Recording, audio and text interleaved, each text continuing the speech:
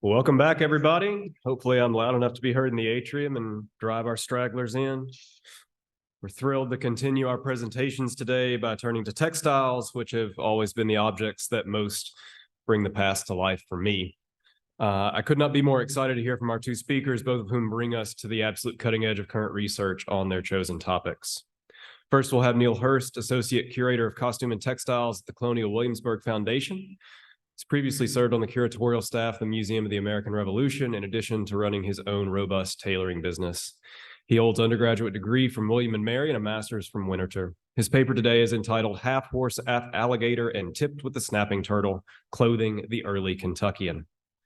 Robert Murray is Associate Professor of History and Associate Dean for General Education at Mercy College in Dobbs Ferry, New York.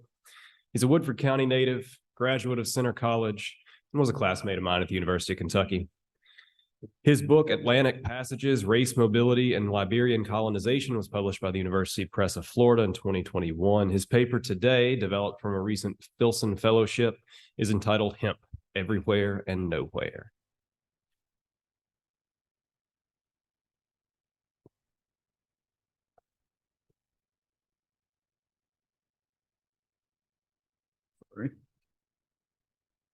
Well, good afternoon, everyone. I wanted to thank, of course, the staff here at the Filson Historical Society and those from MESDA, especially Dr. Patrick Lewis and Dr. Daniel Ackerman, and of course, my longtime friend and colleague, Leah Lane, for organizing and inviting me to lecture. The lectures have been wonderful. Really learned quite a bit. Hopefully you'll learn something here from mine. When I was first asked to lecture on early Kentucky clothing, I sat at my desk, pulled out my Underwood portable, and began to think how I would organize this talk. It's amazing how Norman Rockwell captured that moment of me. I began to realize the unique relationship between Kentucky and the fashion world during the late 18th and early 19th century. So over the next 30 minutes, we'll begin with Kentucky's role as a provider for fashion's raw materials, then move into what people were wearing in those early years prior to entering the Union, and finally, what Kentuckians wore once statehood was achieved in the new American Republic. Now, I also realize many of you are asking, what's with this crazy title, half horse, half alligator, and tipped with a snapping turtle? While doing research, I kept coming across Kentuckians being described as such, or variations on the theme as early as the 1790s. And when you have a description of a group of people this good, it's hard not to use. But it also reflects their lifestyle and, of course, their clothing choices. Now, for thousands of years, Indigenous Americans called the land that we now know as Kentucky home.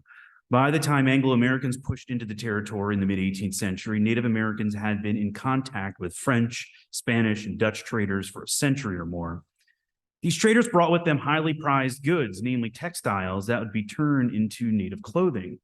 The Shawnee man, illustrated here by Victor Collett on his 1796 map of the Ohio River, would have been very familiar to those entering into the Kentucky territory. The man is dressed in a blue linen trade shirt with a typical blanket with blue end stripes worn off the shoulder. Around the waist, he wears a breechclout, and his legs are covered with leggings, both of which are probably made from English stroud. Stroud cloth was extremely desirable amongst the Native Americans, and thousands, if not tens of thousands of yards made its way to the inland South from traders through treaties with colonial governments and later state and federal governments.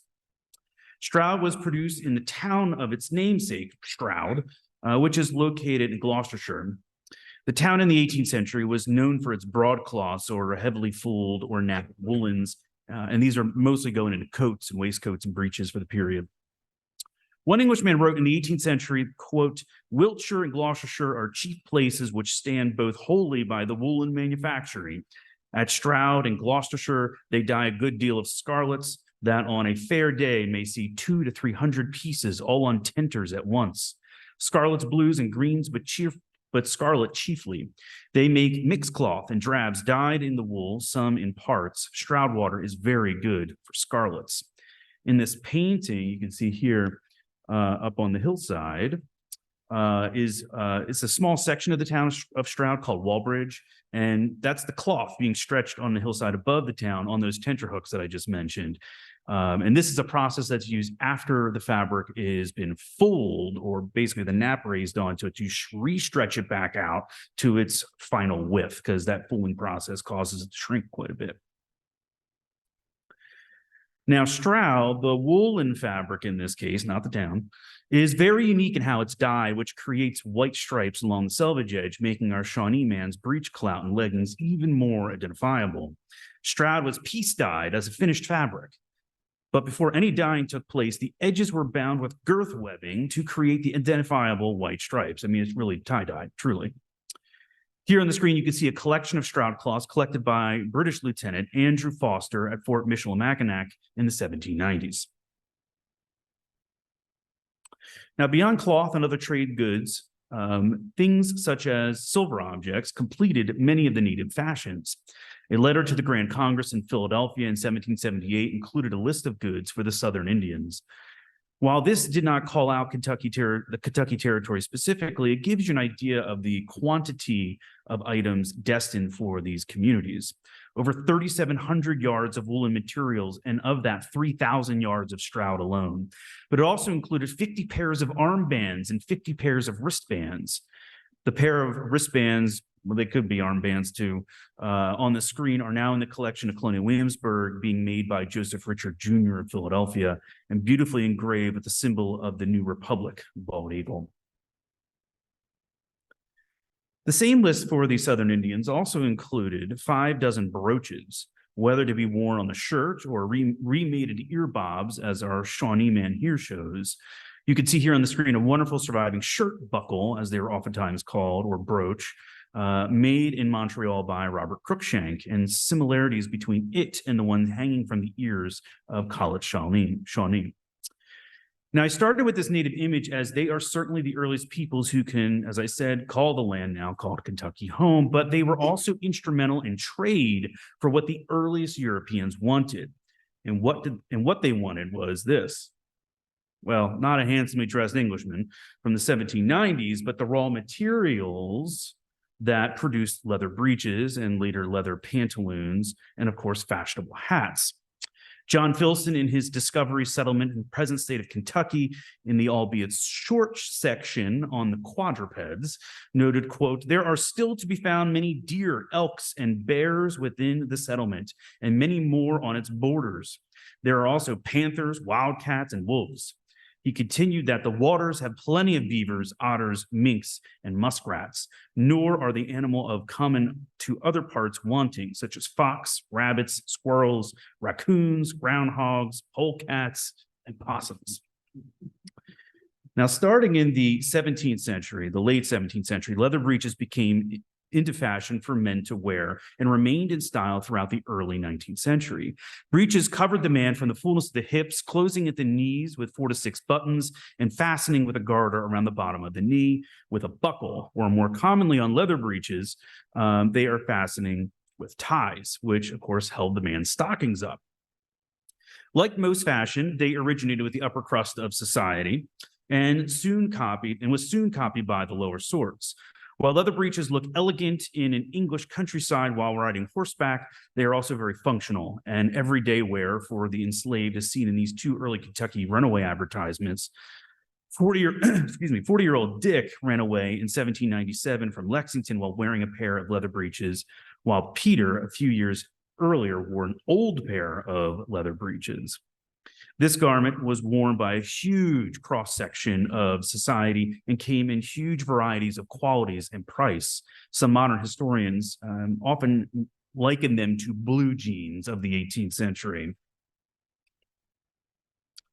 Leather breeches are primarily made from deer skins, both buck and doe.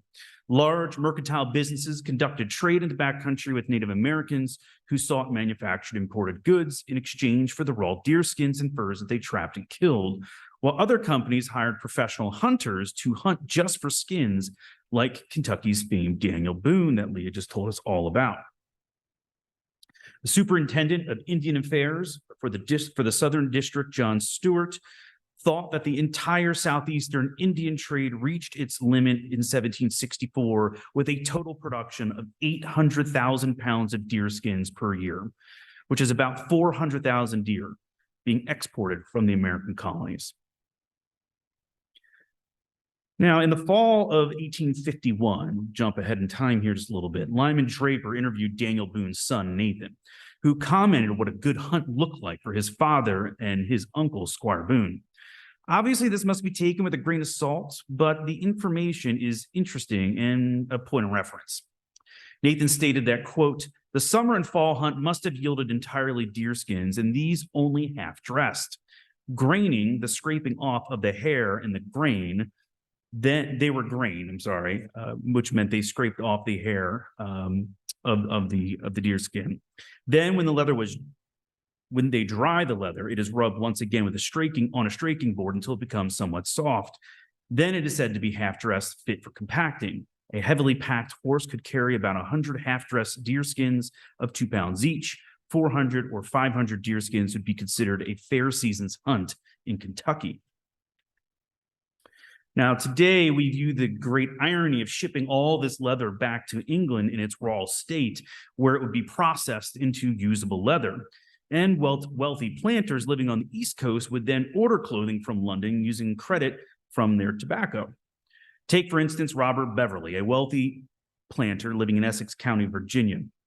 In March 1762, he ordered through his factor Robert Athol's, quote, "a pair of the best doeskin breeches of Jones and James Street, Longacre." Rice Jones long operated a leather breeches shop located in London. The leather was perhaps hunted and half-dressed in the back country of Kentucky, sent to Charleston for export to London, where it was fully tanned and dressed, purchased by a leather breeches maker, made into breeches, and then sent back to Virginia for Robert Beverly to wear. Now, this certainly sounds ironic, but shipping is cheap and labor is inexpensive. The expense is in the materials. Love this image. Likewise, Daniel Boone also commented on the furs that his father trapped to Draper in the same interview that he discussed the deer skins. Boone commented, quote, "The beaver skins were stretched within hoops, generally of grapevine and dried." Nathan provides some pretty gnarly details. I'm going to leave them out of the skinning process. I'm going to spare you of those currently. But he also noted that, quote, "a horse can pack nearly 200 beaver and otter skins, as each weighs about 1¼ pounds.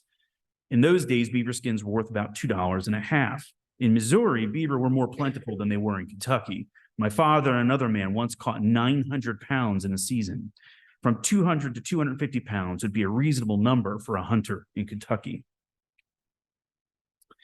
And once his pelts were essentially dried and flat packed, they were typically sent back to England and also Europe, where hatters would make the felts that were turned into fashionable cocked hats, such as the one you see here on the left-hand side of the screen.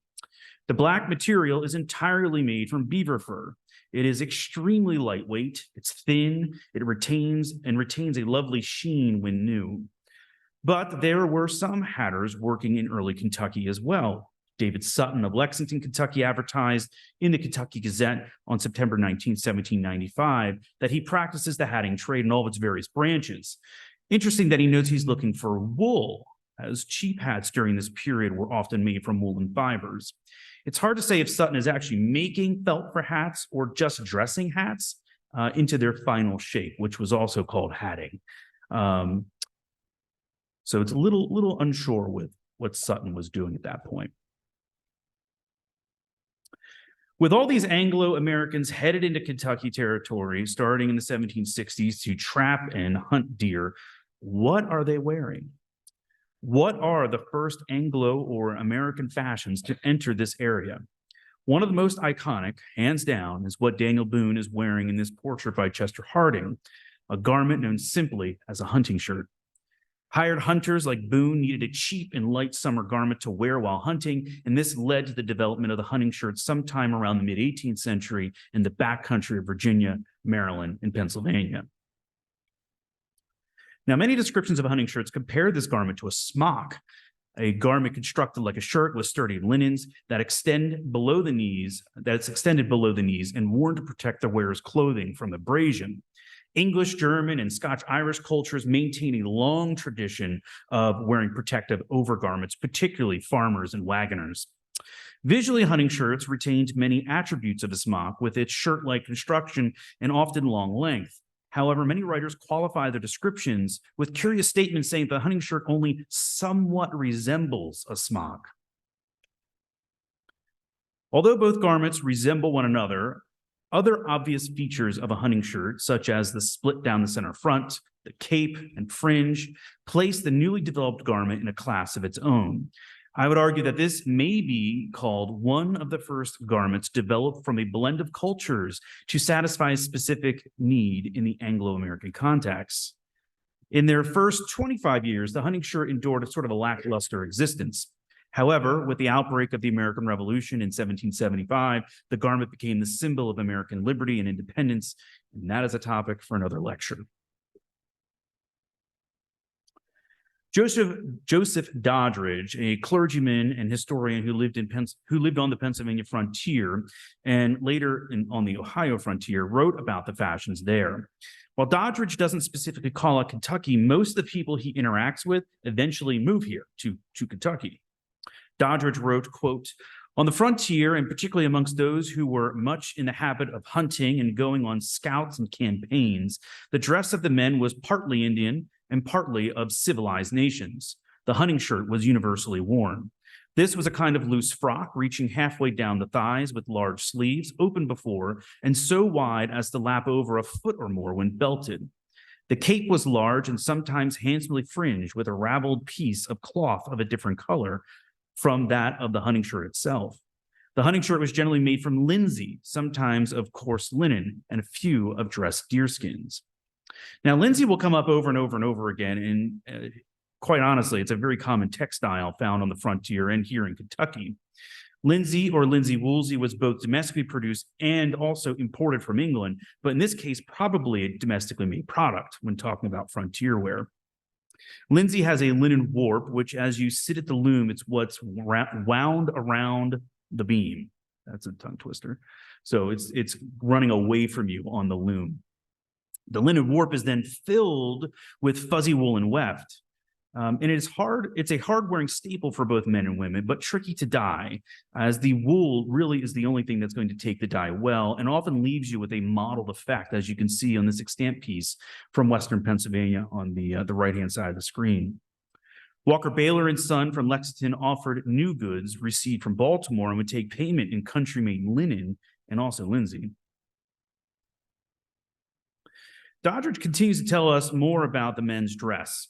He says, quote, "A pair of drawers or breeches and leggings were the dress of the thighs and legs. A pair of moccasins answered for the feet much better than shoes. An early Nelson County, Kentucky estate inventory from a man named Dudley Miller confirms much of what Doddridge claims to be being worn on the frontier. Of course, an inventory is taken after a person dies, but rarely contains any clothing. This tells me that Dudley owned very little, but either owed money or had no heirs. He may have been one of these hunters who just unfortunately was killed or died. The inventory, Dudley Miller's, included a gun, powder horn, a pouch, a coat, jacket, and breeches, 2 shirts, a hunting shirt, 2 pairs of leggings, and an old hat, and a piece of panther skin. It is interesting to see that there is not stockings listed on the inventory. Perhaps Dudley was wearing leggings in place of them.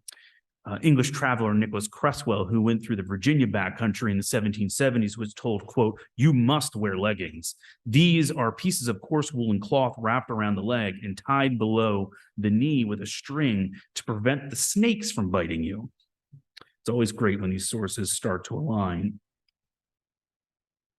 But what of the early women moving to the backcountry? Doddridge gives us a little bit more information there. He wrote, quote, "The linsey petticoat and bedgown, which were the universal dress of our women in early times, would make a strange figure in our days." And he's writing this in the 1820s. "A small homemade handkerchief is the point of elegance and would illy supply the place of the profusion of ruffles with which the necks of our ladies are now ornamented. They went barefoot in warm weather, and in cold their feet were covered with moccasins, coarse shoes, or shoe packs. The historian would say to the ladies at the present time, our ancestors of your sex knew nothing of the ruffles, curls, combs, rings, and other jewels with which our fair daughters now decorate themselves. Many of the young part of them were pretty well grown up before they ever saw the inside of a storeroom or even knew there was such a thing in the world. On the screen here is a pretty simple linsey-woolsey petticoat that's in our collection at Colonial Williamsburg, certainly of the type worn in the late 18th and early 19th century. The petticoat is essentially the skirt that ties around the waist and is the staple lower body garment for women and girls, all the 18th century and 19th century, really. Doddridge mentions short gowns, such as the one you can see here on the screen, which are largely geometrically cut upper body garments worn by women throughout the 18th and early 19th century. These require very basic skill in cutting out and sewing together. This example was worn outside of Philadelphia by a Quaker woman named Sarah Pennock. But not all the Inland South was drab and plain in their dress. A Mrs. Wilson, daughter of Patrick Mahone, interviewed by John Shane in 1841, provided some interesting information on sewing in Kentucky. Wilson arrived in Kentucky from Virginia around 1780. She claimed, quote, "The women of us were generally pretty good at our needles, and we had generally pretty good employment at that. Got $1.50 for every fine ruffled shirt we made. They were in the habit of putting lace edging on their ruffles. She worked an open edge on them, and they took a great fancy to that, and we charged them another $1.50, making it $3. Our needles were very well capable of supporting us decently." Now, I don't know of any extant shirt as of yet that shows this style of what we now call, what they call drawn work, maybe even white work. But this apron shows the technique, although it's pretty small. You can see it right here. All this is created by pulling threads together with a sewing needle and thread. It's crazy. Essentially, as I say, you're drawing and pulling those threads together of fabric to imitate lace. I hope you can see that on the screen. This would have gone down the center front of the man's shirt on his bosom ruffle and possibly at the wrists as well. So somebody's wearing lace out here, or what looks like lace. Now, as the American Revolution came to a close, land bounties set aside for soldiers for joining the Continental Army became available. These veterans moved west with their families, and Kentucky grew rapidly, not only in the rural areas, but also in the urban areas. This also meant the demand for domestically produced goods grew, but also textiles imported from abroad. This wonderful coat just came into our collection at Colonial Williamsburg as a gift from the Valentine Museum in Richmond, Virginia. Now, I apologize, you're seeing it flat in the box, but it literally just came into the collection. I don't even have session information for it just yet. It was worn by Thomas Marshall, brother of Chief Justice John Marshall. Marshall served in the Revolution with the 3rd Virginia Regiment, and after the war, he was appointed Surveyor General for the lands in Kentucky with his office based out of Lexington. He served in the Virginia House of Delegates representing Fayette County before becoming a Kentucky county, and later served as the tax collector for the Commonwealth. The coat dates from the early 1790s, made in a dark blue window pane checked cotton. The fabric is very well maybe domestically produced here in Kentucky with this early date. It's also nice to see such a plain everyday coat survive from someone who is sort of on the higher end of society. The Kentucky Historical Society holds within their collection a very important grouping of clothing owned by the Pierce family of Kentucky and Virginia and Kentucky. Major Valentine Pierce was born in Sisburn, Antrim County, Ireland in 1756, and he came to North America in 1773, where he fought with the Americans during the Revolution. He settled in Loudoun County before moving to Mason County, Kentucky on 5,000 acres granted to him for his service around 1803. This lovely double-breasted brocaded silk waistcoat made the trek across the mountains, and he may have continued to wear it while in Kentucky. Or how about these amazing linsey-woolsey breeches worn by Pierce sometime around 1850? As we discussed earlier, you can see that mottled or variegated appearance they retained because of that linen warp and woolen weft. Equally as impressive is Eleanor Orr Pierce's gown, the wife of Valentine Piers, this beautiful changeable silk dress that dates to about 1805. This dress was certainly in the height of fashion when they arrived in Mason County, Kentucky, with its high neoclassical waistline, detachable sleeves, making it even more practical for warmer weather here in Kentucky. So we're going to end here with this wonderful portrait of James Clark Todd, painted by Jacob Freimeyer around 1806. We began this lecture discussing the unusual dressing practices of hunting shirts and short gowns made of coarse homespun, hard-wearing material, coarse homespun and hard-wearing materials along the frontier. In just over a decade from entering the Union in 1792, Kentuckians were as well-dressed as in any major East Coast city. Young James wears a fashionably cut coat that was probably made by any number of tailors who were then working in Lexington. The fabric probably imported from England. He wears a white vest and a linen shirt with deep ruffles and a large collar, a symbol of boyhood in the early American Republic. In his left hand, he holds a hat, perhaps of wool, maybe domestic Kentucky manufacture, or beaver exported from Kentucky and re-imported to America from England. He will never wear shoes that his father wore, that buckled, as they have fallen from style, but instead wears the very fashionable, lightweight, pointed-toed pumps. But the most wonderful thing to see here are the nankeen trousers. Nankeen was incredibly popular in the early American Republic and is frequently advertised, and it survives in many extant garments. Nankeen is a cotton textile that's grown in China and is naturally this golden brown color. There's no dye imparted to the textile. For someone who is living in a warmer climate, such as Kentucky, and would need to wash their clothing frequently, it's a great option since the color will not fade over time, ever. But that means this fabric was grown in the Nanjing region of China, where it was then spun, wove, packed to be shipped 1,500 miles south to Canton. From Canton, boarded American supercargoes for the 18,000-mile journey back to Philadelphia. Then from Philly, overland to Lexington, another 700 miles, to end up on a shelf in Lexington by a Lexington merchant to be purchased and then turned into fashionable trousers.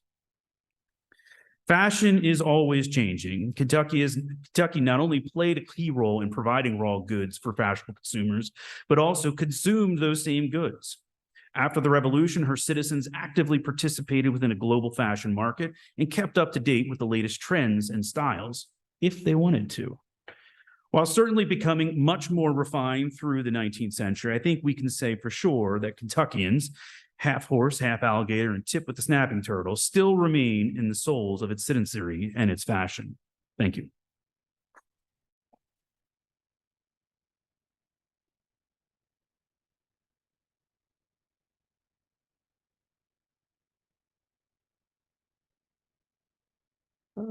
Thank you.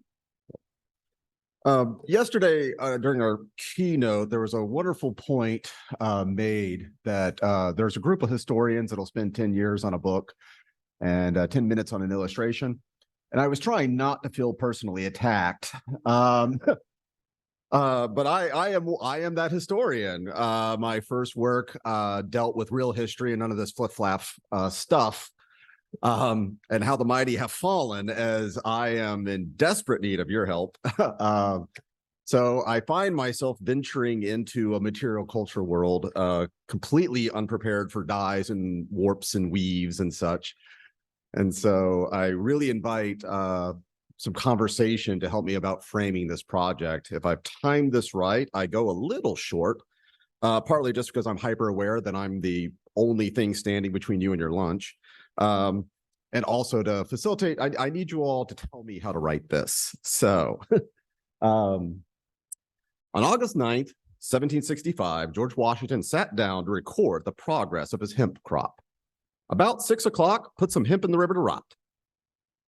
The end. Since he sent a follow-up letter to a London merchant house in September, we at least know that Washington was trying to take advantage of a recent act of parliament passed in 1763 that offered bounties for water-rotted hemp and flax. The act was aimed to ensure the Royal Navy, literally driven by linen sailcloth held in place with tarred hemp rope, was well supplied to continue its global dominance. In January 1802, John Preston wrote to his brother Francis, who was moving to Western Virginia, letting Francis know that he had dispatched 5 bushels of hemp seed westward, and he would happily send more if needed. And that completed the mention of hemp in their preserved correspondence. And it takes a brave, brave soul to type hemp into a newspaper database.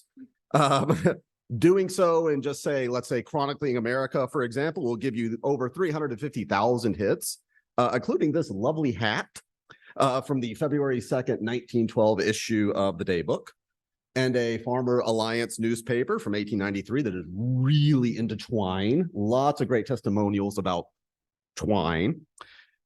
So such is what faces the poor sap of a researcher who elects to write on hemp. Of course, as this audience undoubtedly knows, the ubiquity of hemp in the historical record is hardly surprising, given that we have evidence of hemp fiber being used in China in the 5th millennium BCE. Based fiber, hemp was known for its strength and durability and low elasticity. It's one of the least stretchable natural fibers. So hemp served as a utilitarian fiber. This is probably best encapsulated by the fact that the word canvas is derived from the Greek word for hemp, cannabis. Within the framework of the Atlantic world, it is probably most identified with the maritime trade as one of the most important fibers for sailing ships.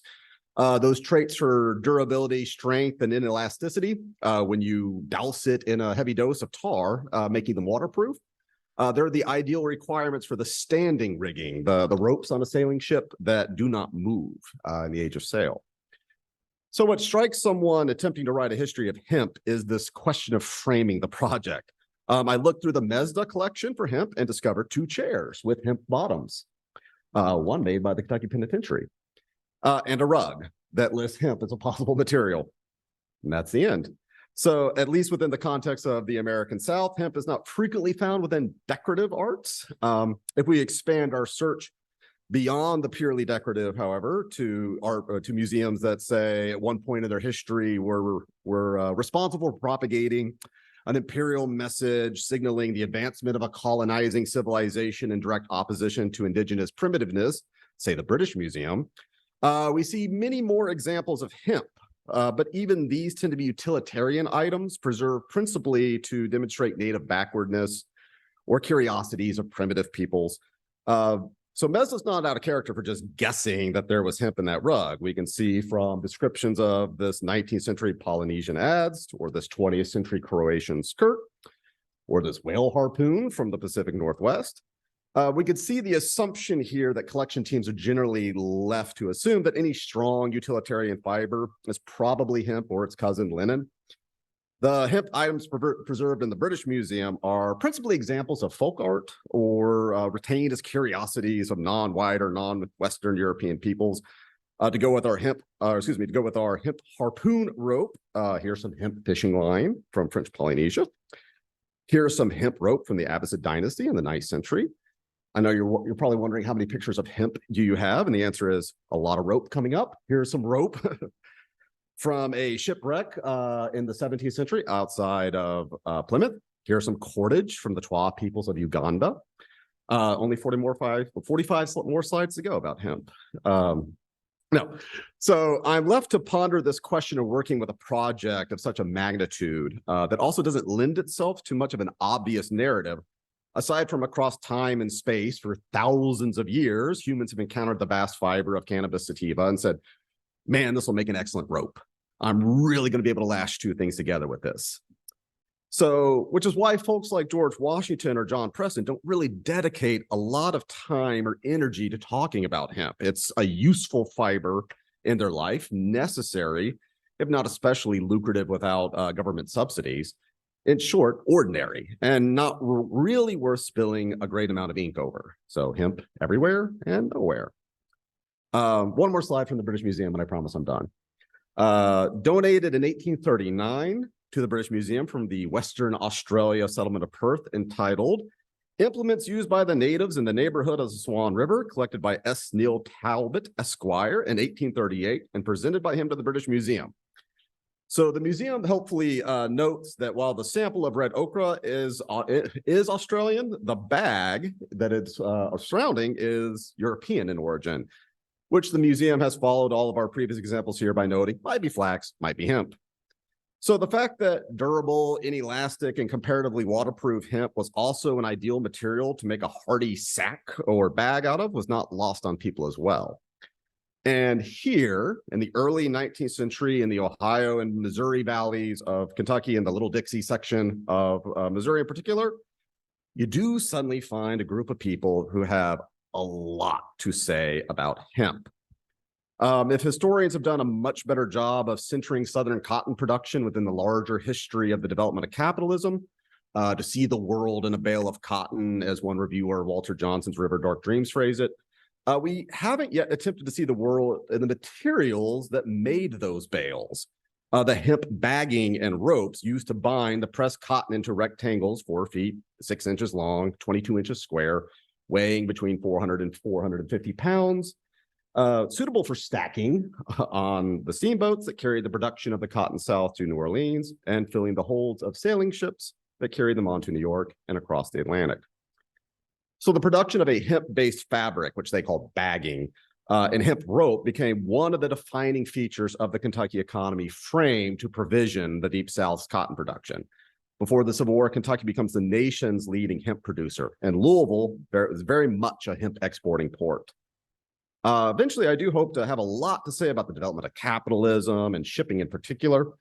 I'll share the story of chatting with a colleague at the AHA in January who, after hearing about this project, responded with, quote, "It sounds like you're trying to write a history of cardboard," which I don't think he meant as a compliment. But if you think about it, cardboard's very important, right? It runs our global economy. We now all have doorbell cameras to watch our Amazon boxes. Our cardboard is a part of our life. So this hemp bagging provided the packaging that delivered the United States' largest export in the antebellum period. So I do envision this as a larger project touching on the history of capitalism and hemp. Page is out of order. There we go. So I'll figure out what to do with the thousands of images of ropes at a later date, but I'm especially pleased to be with this group because I need help to think through one of the biggest problems I'm tackling right now. I mentioned earlier that the antebellum period was a clarifying historical moment in which a lot of people were writing and thinking about hemp. The problem is that much of that discourse centered on the quality of that hemp bagging and rope. So Richard Abbey, planter in Yazoo City, Mississippi, wrote into DeBow's review in 1846 to advocate for binding cotton bales with iron hoops rather than ropes and replacing hemp bagging with cotton bagging.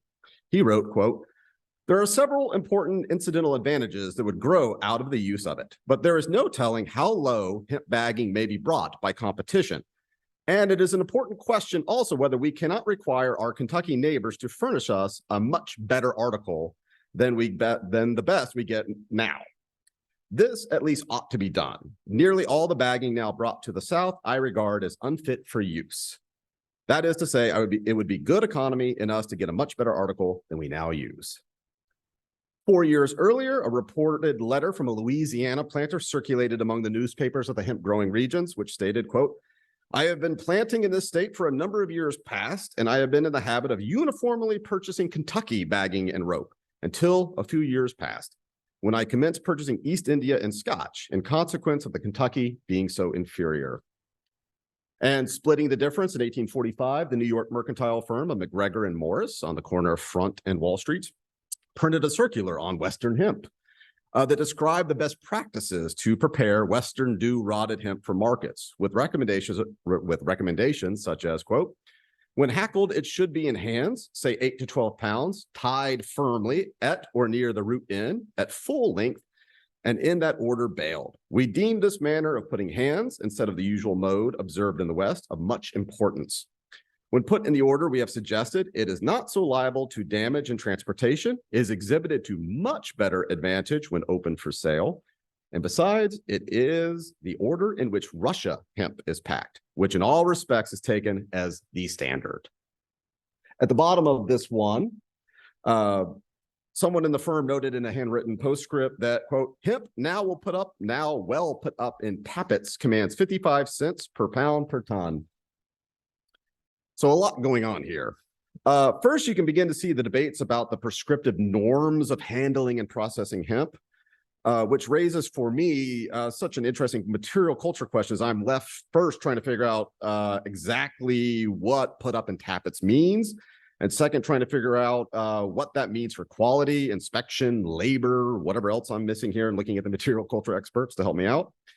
For at least one firm, it's really obvious that hemp should be processed in a very specific way dictated by market price, and that the planters would presumably be motivated by market price.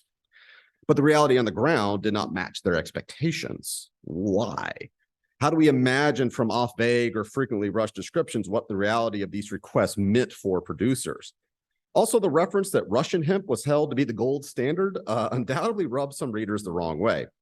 So much as that Louisiana planter turned to hemp produced within the British Empire, the quality of Kentucky hemp debate was framed within international commerce. And no country earned the ire of Kentucky's planters more than Russia. The recipient of this circle, Adam Beatty of Mason County, was particularly attuned to this debate as vice president of the Kentucky Agricultural Society. Beatty is one of these Whig farmers where if you dig into the archives, he is just god-awful. He views himself as an agrarian reformer. He's the kind of guy that I've encountered. He wrote a letter to a colleague about soil that was 10 pages. And then 1 week later, he wrote a follow-up 12-page letter more about soil that literally begins with, I've been thinking about this. And you could just see he was tossing and turning. He just had so many thoughts about soil. He's the kind of guy that if at a reception, he'd corner you and talk about turnips for 2 hours. So terrible, terrible person.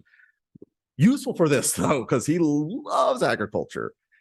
So Kentuckians loathe Russia. So one of Adam Beatty's correspondents on the subject of hemp made sure to write, this country should not remain tributary to Russia in production of hemp on the inside flap of a letter.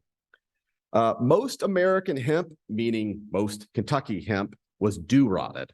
So hemp's a bast fiber. The fiber lies underneath the outer bark connected to the woody interior through a resinous gum. To get out the fiber, that gum has to be dissolved. So the crop was harvested in Kentucky in early fall, about September, dried and stacked. Around November, the dried stalks were laid back down in the field to allow for Kentucky's famously gross winter weather to do its work, slushy snows, cold rains. So that would work on the stalks, soaking them, dew-rotting them for 4 to 6 weeks. It was taken up again, stacked and dried. Once dried and presented with cold, low moisture weather, in other words, the winter months of January, February, early March, the dried stalks were usually broken apart with a handbrake and the debris combed out of the fiber. Russian hemp was water rotted, meaning it was completely submerged in a river, stream, pond, or cistern, much as George Washington rotted his hemp in a river. So water rotting required only a week and, more importantly, produced a superior fiber. It came at a cost, however, as we must remember, we are talking about cannabis sativa here. So essentially steeping it to produce a marijuana tea effectively killed everything in the pond. It could threaten livestock if you conveniently are one of these Kentuckians with sheep or cattle and they wander by your marijuana tea pond and have a drink. It's not going to be great for them. And it also produces quite the odor in an era that still equates foul odors with disease. So rotting in a river, as Washington did, required farmers to own property next to a river or stream. And it also exposed the submerged hemp to the threat of damage or destruction in the case of fall flooding or excessive sediments in the water. So given that the secret to securing better quality hemp through water rotting was no secret at all, and all merchants promised higher prices if American farmers just followed Russian practices, especially as the United States Navy would only buy better quality Russian hemp, then why was this not the norm in Kentucky? Because the American hemp farmers, again, we're really talking mostly Kentuckians here, charged the Navy with being prejudiced against American hemp. Stories circulated among the hemp growing regions about good American hemp being rejected by the Navy and Kentuckians having their profits swindled. So one 1845 account that began in the Louisville Democrat that was picked up by other papers in Kentucky and Missouri reported that, quote, in one instance, a lot of hemp was sent to Charleston, according to the direction of the agent in Kentucky. It was rejected at the Navy Yard and sold to a merchant in Boston, and afterwards sold to the government and used in the Navy. The article further quoted a hemp farmer who claimed that in 1843, I delivered 10 or 12 tons as part of 70 to be forwarded to Charleston under Act of Congress in 1842 for the protection of American hemp. This hemp was rejected by the government agents at the Charleston Navy Yard and afterwards sold to Benjamin Sewell, a large manufacturer, who pronounced it too good for ordinary purposes. The rejection of this hemp subjected me to disastrous losses. So this led to a triangular discourse in which cotton planters pointed to Kentucky hemp farmers and growers and bagging manufacturers as producing inferior goods, Kentucky hemp growers and bagging manufacturers pointing back and proclaiming that they would make a better product if they believed the cotton planters would pay for it, and that they would begin to do this if they could have assurances from the U.S. Navy that they would buy this higher quality hemp if they did not receive a good price in the bagging markets.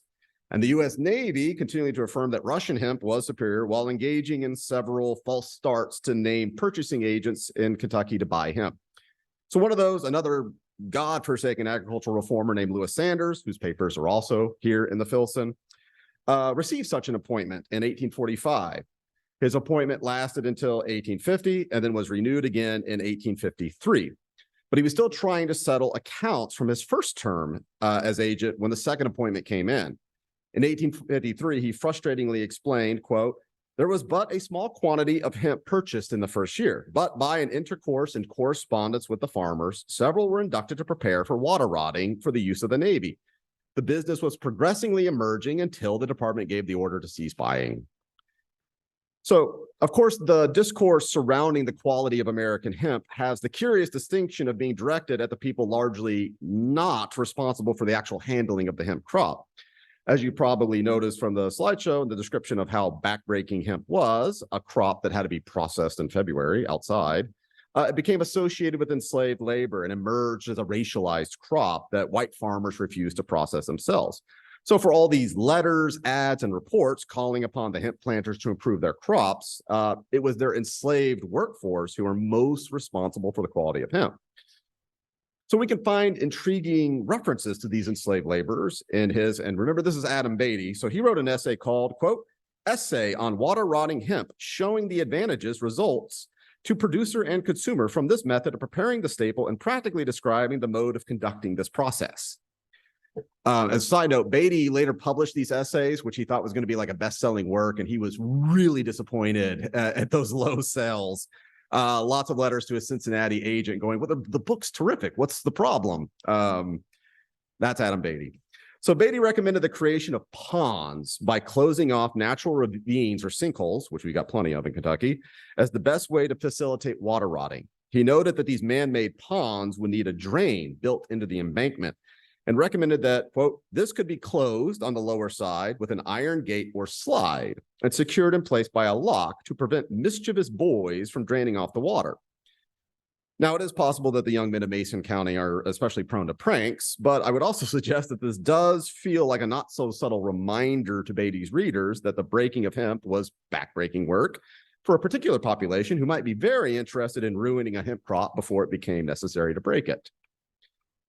Hiring out additional enslaved labor during the breaking season seems to have been common given the large number of archived receipts for such labor. And there does seem to have been some awareness that certain enslaved men were particularly skilled at breaking hemp.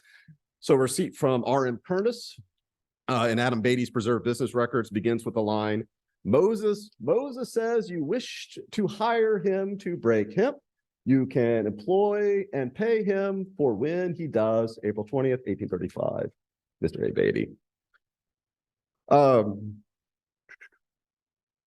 fact that the impetus for this labor agreement seemingly began with Beatty chatting with Moses directly suggests a desire to employ this man specifically. And it also strikes at the informal network of hiring out going on among neighbors that Beatty left it to Moses to carry the news to his enslaver. However, the late date of the receipt, April 20th, 1835, may also reflect desperation on Beatty's part, and that would be very, very behind schedule for breaking that year. Or since the date of the work is never specified, maybe Beatty might have been securing Moses' labor for the succeeding year, months in advance, but that seems less likely given the tone of the receipt. There are a number of hiring out receipts in Adam Beatty's paper suggesting this was common practice. This one from March 6, 1840, March 6th is much more aligned to completing the breaking of a crop. Reads, Mr. A. Beatty, sir, I send you my two boys, Adam and Joe, to break hemp for you this week, out or as much of it as the weather will admit of. I wish you to furnish them good breaks. When they leave you, you may pay them what they earn. Yours respectfully, Jeremiah Wells, March 6, 1840. There's lots of these in the collections, but the Moses one is so intriguing to me because it suggests the onus of the hiring out was based upon a conversation between Beatty and Moses. Within the Bullitt family papers, also located in the Filson, related to their Oxmoor plantation, which was a significant hemp growing operation just east of Louisville. We do see very clear evidence for this idea that enslavers identified certain enslaved men as being more proficient with a hemp break. For example, family members wrote about it.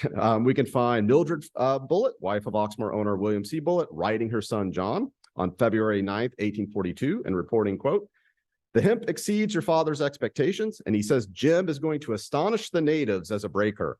Harry beats all men this year, and I think Nathan comes next. Jim is a long way before the other boys. They all seem to do their best. Within the plantation ledger, we do see attempts to record the precise production of Oxmoor's enslaved workforce, utilizing a reward system for overwork. So in 1834, Bullitt established a daily expectation that one man should break 75 pounds of hemp per day. However, for every pound an enslaved man broke over that requirement, he would receive 1 cent. So this was dutifully tracked in the ledger. Jack started March 27th, but only worked, part of the day and broke 66 pounds. The next day, he produced 77, 2 cents, but fell short the next day by producing 70. Frank also started February 27th. Working a full day, he broke 69.5 pounds, followed by 77.5 the next day, 79 pounds on March 3rd, a whopping 104 pounds on March 4th. So I've found evidence of this practice of paying for producing an amount of fiber over a prescribed weight, suggesting that Oxmoor's practice recorded here is not terribly unusual.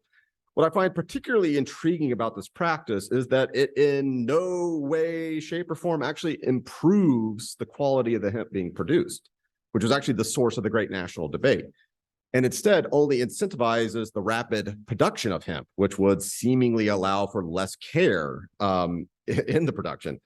I've yet to find an enslaver creating a reward system based upon quality rather than quantity.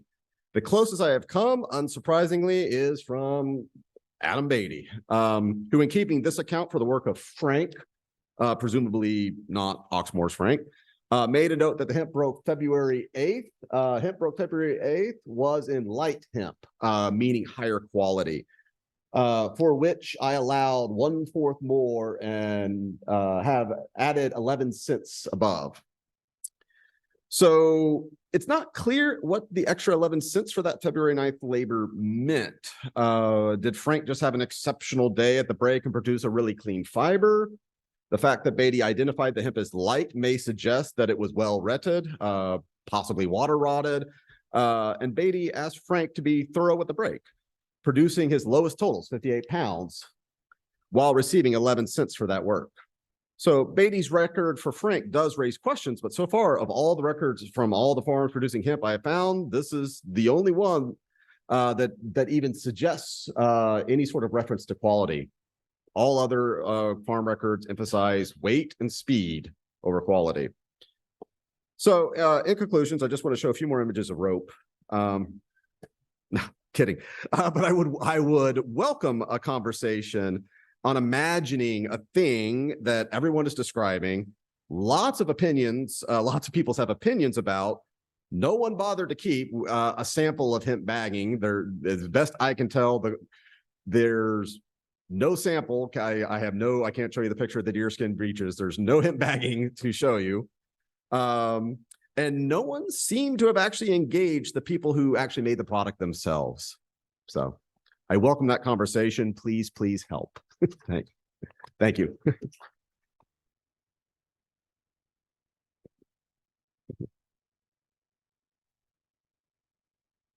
Fantastic. Thank you both.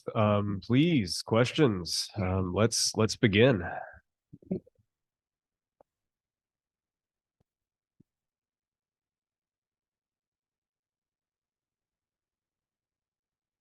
Thank you, Neal. Colonial Williamsburg, coming to Kentucky. Wonderful lecture. As to hemp, there's a disconnect between object people and historians and the cataloging of that material. The two examples of hemp you used are MESDA survey files that I prepared recently, and they're seat bottoms to the chairs. Yep. I'm a one-man show. Yeah. And there's not a lot of people doing this kind of work, and it's a volunteer basis. What I could have added to your talk would be examples. There's a set of fancy chairs made by William Challen about 1810 in Lexington. And on the back slats, there are hemp shocks painted, as well as other symbolic motifs like a spread wing eagle, prints of whale's plumes, and other pretty sophisticated symbols. As to quality, there were agricultural premiums and contests made of silver and other material to improve the quality of agricultural culture in the state of Kentucky. There exists a ewer and repoussé presented to William Bryan of Lexington about 1858 by a Louisville silversmith. And on there are repoussé motifs of canvas that's folded in a bolt. So purely represented there, hemp leaves and branches, as well as coils of rope, which is a wonderful add-on to your look at quality.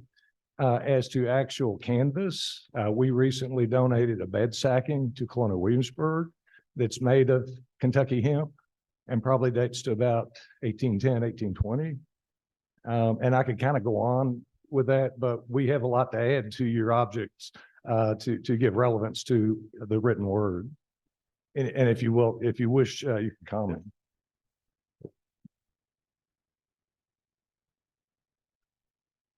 No, that's exciting. Yeah. So especially, I mean, as a historian who's entering material culture, it's you read, well, the tappets is a good example of it's clearly, in 1845 saying put it in tappets is very clear and obvious instructions to them. And I'm sitting there going, what does that exactly mean? And I'm furiously Googling and armchairing this. So yeah, it's a useful it's useful to have these conversations. What does putting up in tappets mean? I don't know. I haven't come across that. Sorry. Yeah. If you know what putting up in tappets means, come talk to me afterwards.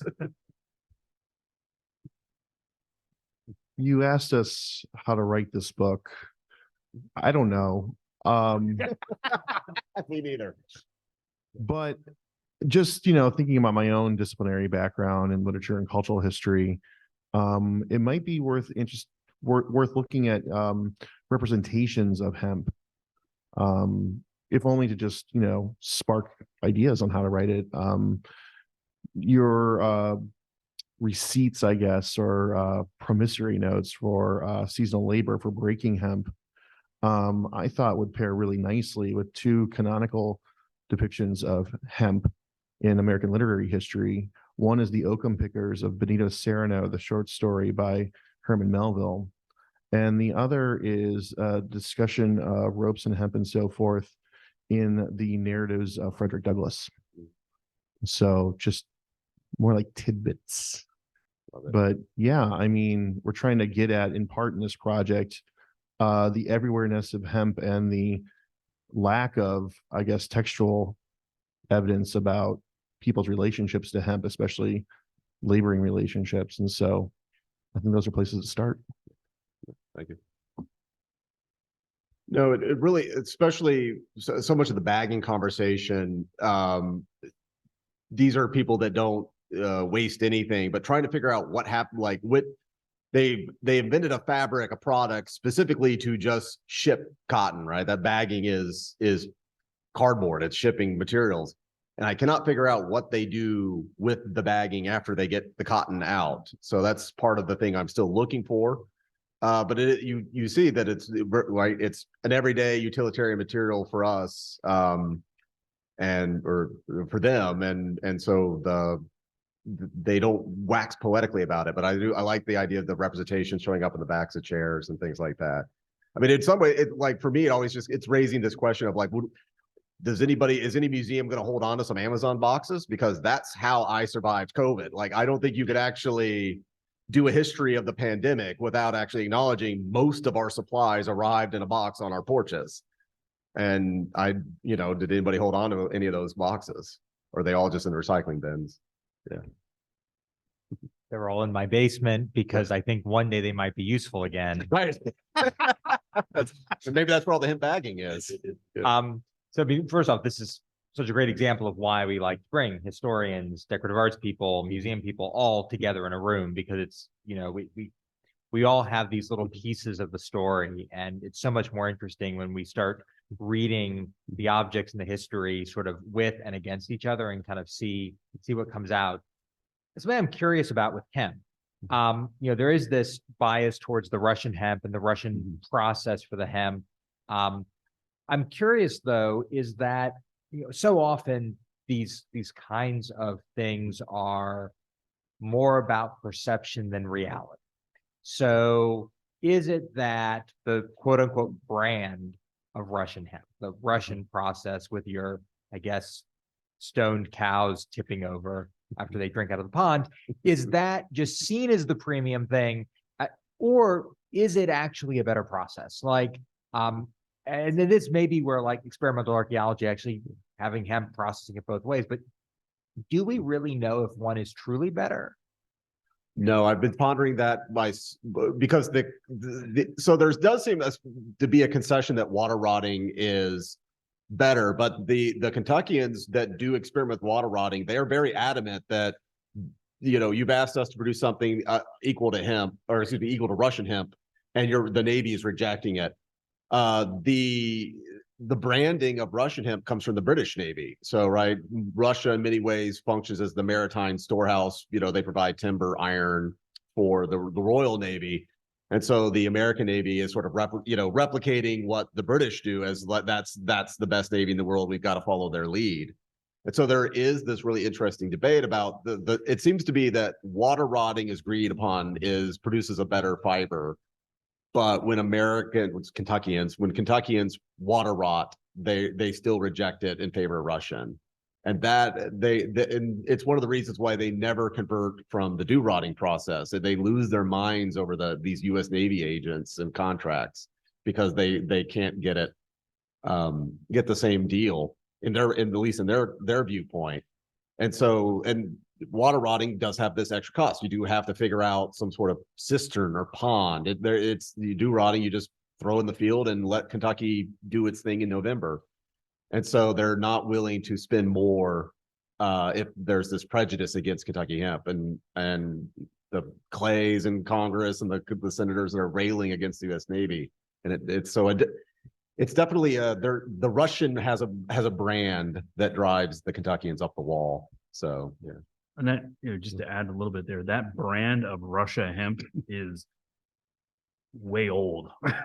Even in the 18th century, you look at advertisements for clothing for enslaved individuals or soldiers. What they want is Russia sheeting or Russia drill. And so it's just known by manufacturers that, okay, well, that's hemp, because it is called as such.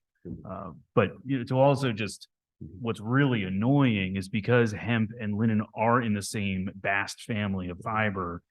As far as we know, even under scanning electron microscope, we can't tell the difference between the two. So that's why you get these catalog entries as a curator. It's like, is it linen? Is it hemp? Or should I just put it as bast fiber, which I feel like nobody's really going to know what that actually is. Yeah. So that's why you do get these entries where it's like, hemp ? Because we really can't, as far as at least right now through fiber identification, can't tell the difference. It all looks the same under microscope. Got a question for Neal that's come in from Philippe on the online chat. Is there any indication of why such comparatively early Kentucky garments, which are amazing to see, survive unaltered? Is there respect for family heirlooms or something to do with the memory of the specific owner? That's a great question. I'm not entirely sure. Now, I will say I have not spent a lot of time with Thomas Marshall's coat yet, but the cups of it are very, very dark compared to the sleeves. So I do think that you're still seeing that tradition of update, mend, repair, continuous use, throughout, as you would typically see anywhere else, even in Kentucky. But I am wondering if those cups were actually replaced. It's very weird wear patterns otherwise. But I was also going through the Kentucky Historical Society because they have wonderful photos of some of the clothing pieces. And there's one gown in there that I didn't show that dates to in style to the 1820s. But the textile dates the 1780s. So it was originally an 18th century gown that was completely then ripped apart and then refashioned into the 1820s. Now this is very common. Like this shouldn't be, like for me it's not shocking, but for other folks it is. But this is a very common practice because the expense of the garment is the textile. It's not the labor. We view a tailor today as somebody who's got a lot of skill and should be paid a lot of money for that skill. But in the 18th century, not so much. The London Tradesman in by Richard Campbell, 1747, probably puts it the best. Tailors were as numerous as locusts, but as poor as rats. So it was just a very, very, very common trade. Well, and it struck me too, particularly with the breeches, right? Like they're dating to 1815, right? These are very clearly made for an old man who's not keeping up with fashion, and you can't lengthen that. No, right. And maybe they were hung on to too because Piers was actually running a cotton manufactury. Maybe it was a connection to that factory from that family. Maybe that's why they hung on to them. Yeah, it's hard to say, but yeah, good question. Thank you, Philippe. Hi, thanks for your papers. I'm trying to think of the connection between the two, and I thought I'd just open it up to the audience to think about how we think about objects. And for me, it helps to anthropomorphize objects sometimes and to say, are you writing a biography of a single object? Or in your case with hemp, are you writing a social history about a group of people or a group of things? And I just find that infinitely useful when I'm doing my work. I think it's both. I tend to be a lumper, not a splitter. You say, what are you? So I think everything is very useful. So let's think about the work of the economic historians. I agree with Daniel to get curators and historians and material culture people all together. What about economic historians? I always think that they're doing material culture, but I always want to know more about the objects that they're talking about in terms of the financial records that they're looking at. I was like, what's inside the box, So that's one idea I had. And then I was thinking about the value that accrues to objects as they move over time and space. So that's what I was doing in my talk yesterday, that in post-colonial America, to go to England, you accrue value.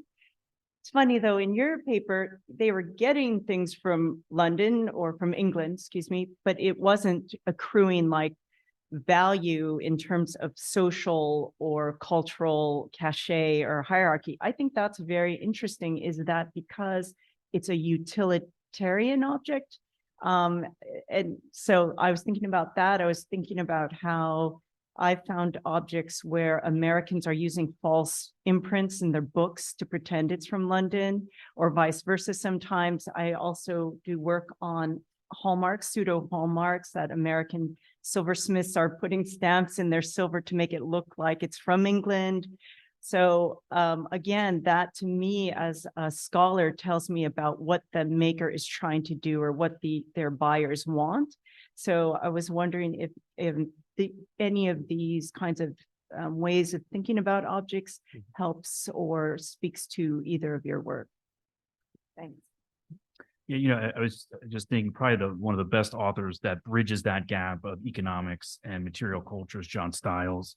With his work on the Foundling Hospital, and the tokens there in his newest book on the Holker manuscript, which is a sort of espionage where these English guys are going to France and they're spying on the silk industry there, collecting all these samples, bringing it back to England to show them, but also bringing the English samples back to France. So it's a sort of interesting push and pull that's going in between there. But so it's just kind of a nice marrying between sort of an economic historian, but also using those material objects to tell that story. Yeah, I think I definitely see this as centered as sort of a social history of development of capitalism, sort of centering it in the 19th century and the Ohio Valley. The question I have is the sort of what is the first chapter, so to speak, because for this thing that goes back thousands of years, that's where I'm hemming and hawing and sort of thinking about the framing of this.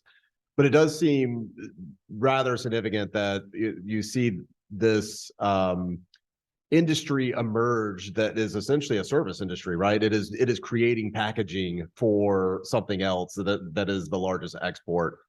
And I think there's something really interesting about like the history of like global trade here that can be said.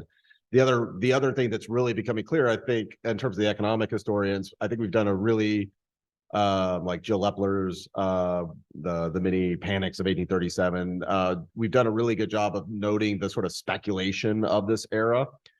What I find really interesting is with these hemp growers, the ways in which they're very aware of that and trying to solve it through still like old, in many ways, traditional family connections. And so you start realizing that the Morgans who run a bagging factory in Lexington, they're making inroads into Alabama because they have cousins there.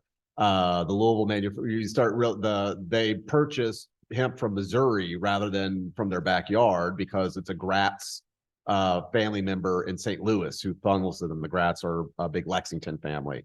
And so you can start to see these sort of like those social connections that are trying to buttress against this emerging speculation of capitalism. So they're trying to work through it in this product that's facilitating the speculative nature.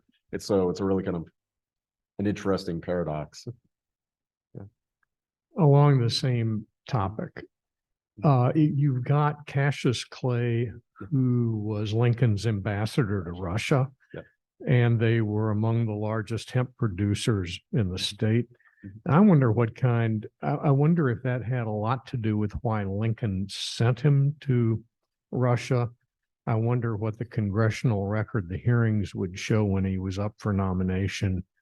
I wonder if there's correspondence between Cassius and his brothers, Brutus and Sidney, on what he was doing to help the hemp production when he was over in Russia. I bet there was some economic espionage going on too. No doubt. No, it's an interesting point because Russia is enemy number one in a lot of this correspondence. So having Cassius Clay there on the ground in 1860s, really intriguing. I have a question for both you gentlemen. Neal, do we see the term Virginia cloth in Kentucky? Yeah, we do. Sorry. It's not, but you also see, and I think it was in the MESDA journal, just a couple journals ago, I think, the development of Kentucky surge. For some reason, and I haven't really gotten to the bottom of this, why Virginia cloth and Virginia cloth, for those of you who don't know, is just a generic term for any type of domestically produced textile in Virginia, but maybe not just Virginia. Because we find references for Virginia cloth in Pennsylvania. We find Virginia cloth in North Carolina. So what is the fiber? Linen, cotton, wool, maybe silk, hemp, any of those, any combination of those. Potentially, particularly when we talk, 18th century and into the early 19th century.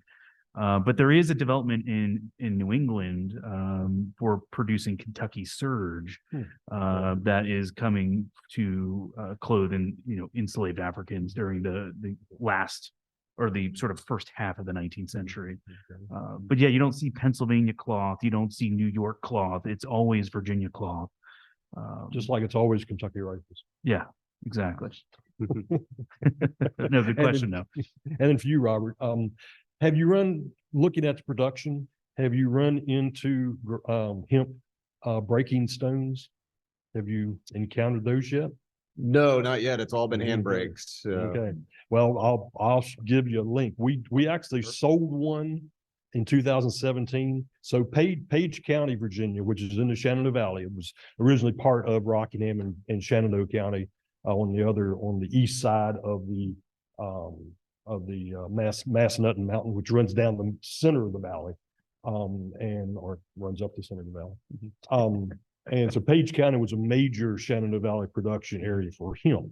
And there have been two hemp breaking stones recovered there. They're conical in nature. They're like this big and conical, and they would go down to basically a wooden funnel, and that's how they would break it. And this is a German way of breaking hemp. And there's also a great book, just a little pamphlet thing called Grinds Hemp Stones, and it was put out in Lancaster County on referencing this way of breaking hemp. And I'll show you a link that you can pull up both of those and see them. But it seems to be the German way of doing it, as opposed to, I guess, the other breaking maybe was the English way of doing it, maybe. So yeah. No, very cool. Thank you.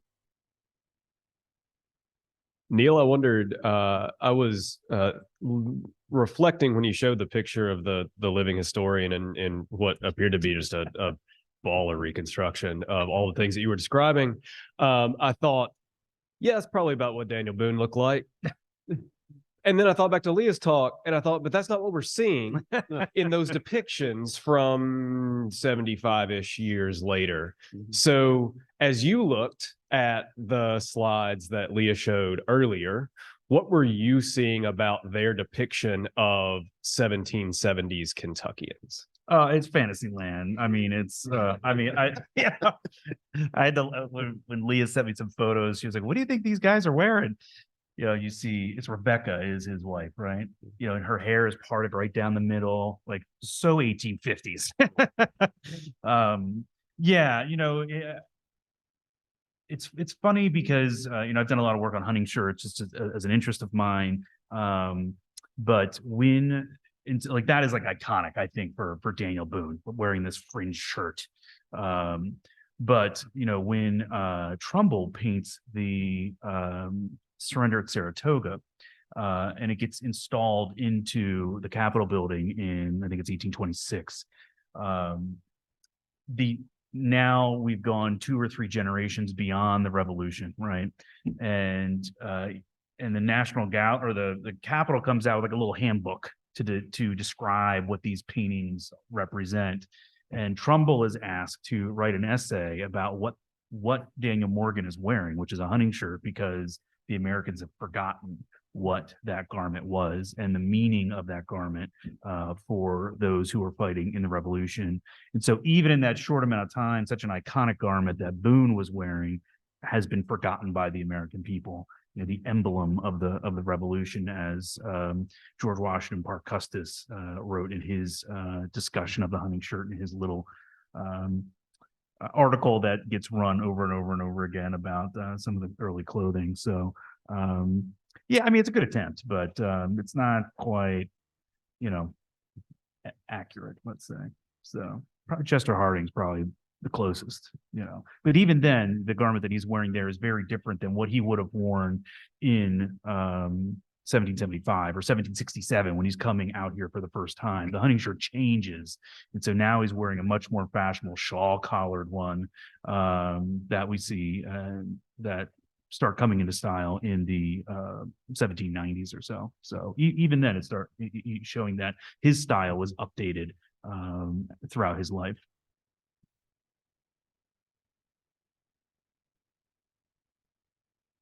I was thinking that, the Filson played a role in something like this as well. The club commissioned a statue of Daniel Boone that's now in Cherokee Park.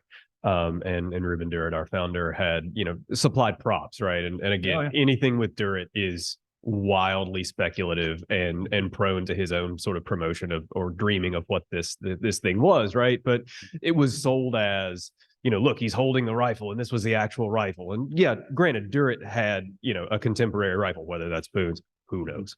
But it is an 1890s sort of representation that, again, sort of gets passed off as authentic. Yeah, and I think I came across too when I was doing this research a couple months ago that there was a leather hunting shirt on view here at the Filson back in the day. It's probably 19 teens or something when that photograph was taken that purports to be Boone's. So I don't know. Undoubtedly. It's a matter of, well, is it machine sewn? Well, that's not Daniel Boone. He never saw a sewing machine in his life. So you talk about, so first off, the hemp of today is the cardboard box. Daniel Boone's hunting shirt gets updated over time as he gets, as he keeps up with the style. What is the hunting shirt of today?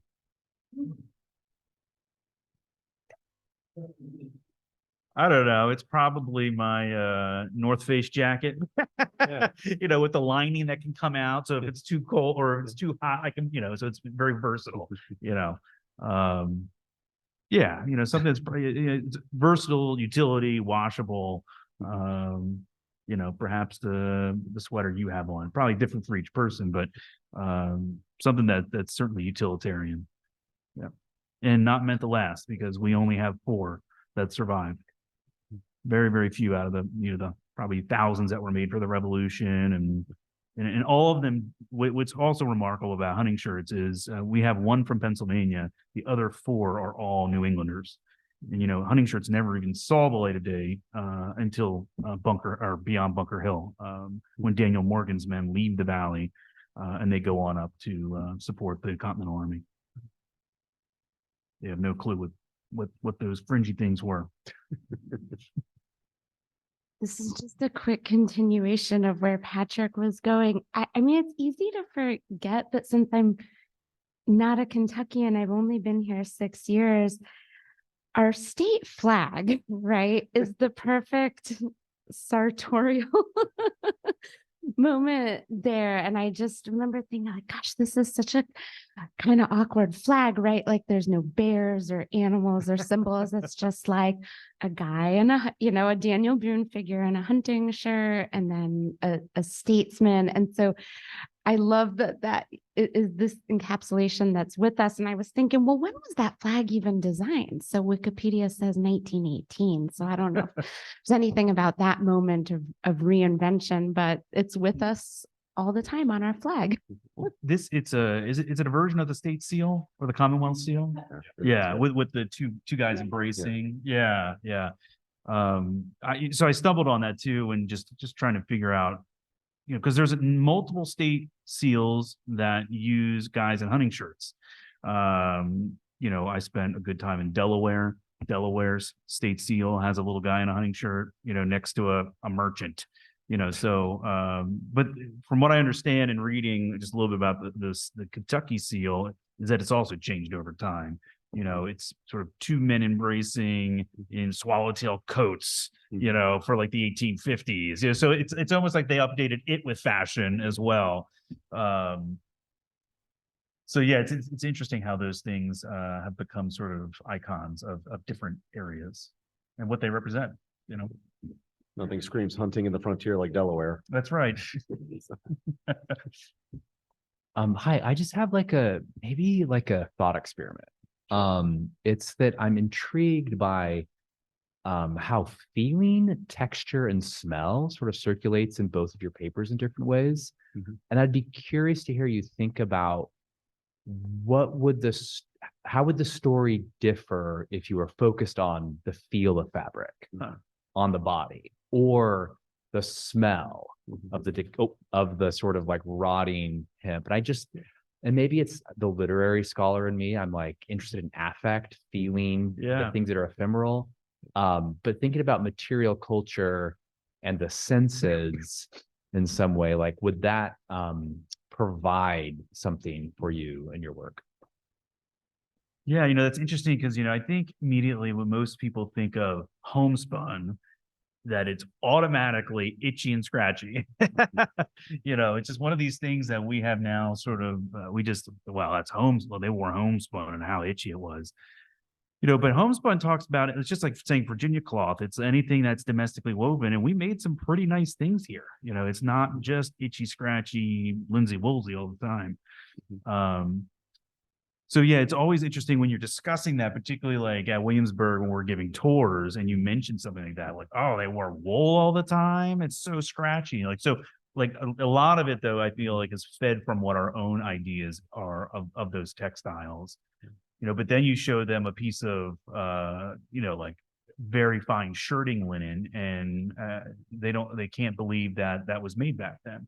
And the reality is that fabric probably couldn't even be made today because we just don't process it the same way or weave it the same way or spin it the same way. So it's just, we talk about textiles, whether it's hemp or anything else, there's just a huge amount of infrastructure that's needed to turn it into a final product. But sensory is certainly, I think their sense of how fabric felt and touched was very different than how we view how the things that we put on our bodies today.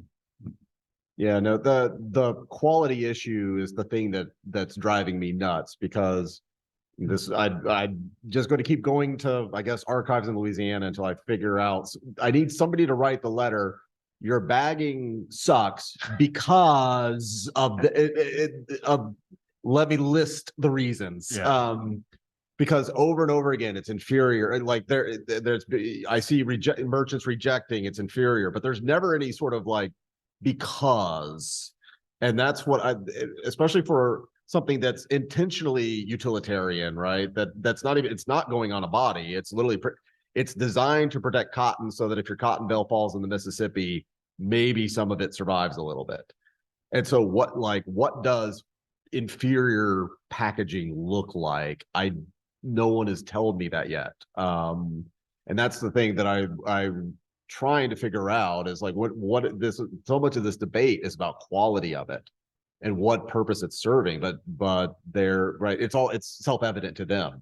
Because they're the ones that are grabbing it and touching it, to your point about they know what the good stuff is and they know yours is bad. They're not writing it down for me, the jerks, 200 years later. It's also just like that language of textiles that we've lost. Right. So going into a shop, let's say in Lexington, and they have muslin and they have cambric and they have Irish linen, they have Holland and they have Calamanco, like folks 200 years ago knew exactly what those things were. So why would they need to describe it? They knew what was inferior, but their language of textiles was infinitely stronger than ours is today, other than broadcloth, but it's not actually broadcloth in the 18th century. So, it's just one of those things that we've kind of lost as a society, sadly. No, it's very, as somebody who was not an apprentice tailor for nearly a decade, everything I do, I have like one window of like Google and dictionary.com open because it's that language of what in the world are these people talking about? With their lexicon, their vocabulary is radically different than anything I've never been behind a loom, so I don't know what they're talking about. And so that's part of this process for me is trying to figure out like when they say put it in tappets, it's like they know exactly what that means, and they're screaming at Kentuckians it's like, duh, why aren't you putting it in tappets? And I'm trying to picture it like, what does that actually mean? What does that look like? And of course, from the labor perspective, they're writing to the people that are not doing anything with hemp. And so there's what are they asking their enslaved workforce to do, while also having this national conversation about inferior in quality bagging. Well, and I remember when you were here over the summer, we had these long conversations, right? You see sheeting and bagging used interchangeably. Bagging, we sort of imagine to be some sort of closed, sewn up thing Yeah. with an open end, but that's not what it is. No. It's all sheets.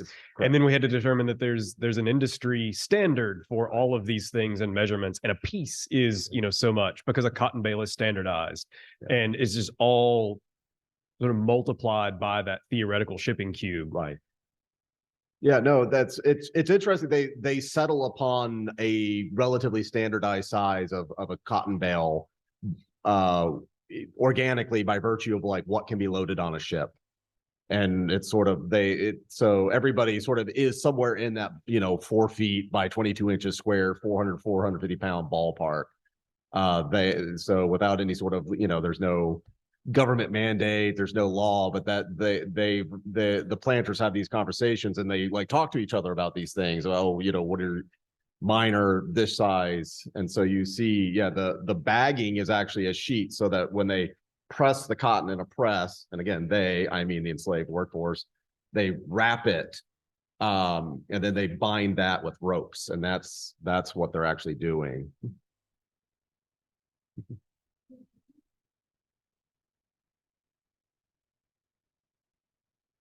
That's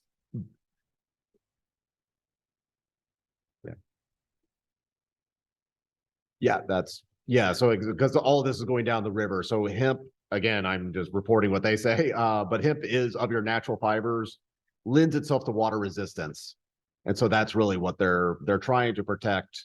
The cotton bales are being loaded on these ships. All right, can we have another hand for our presenters?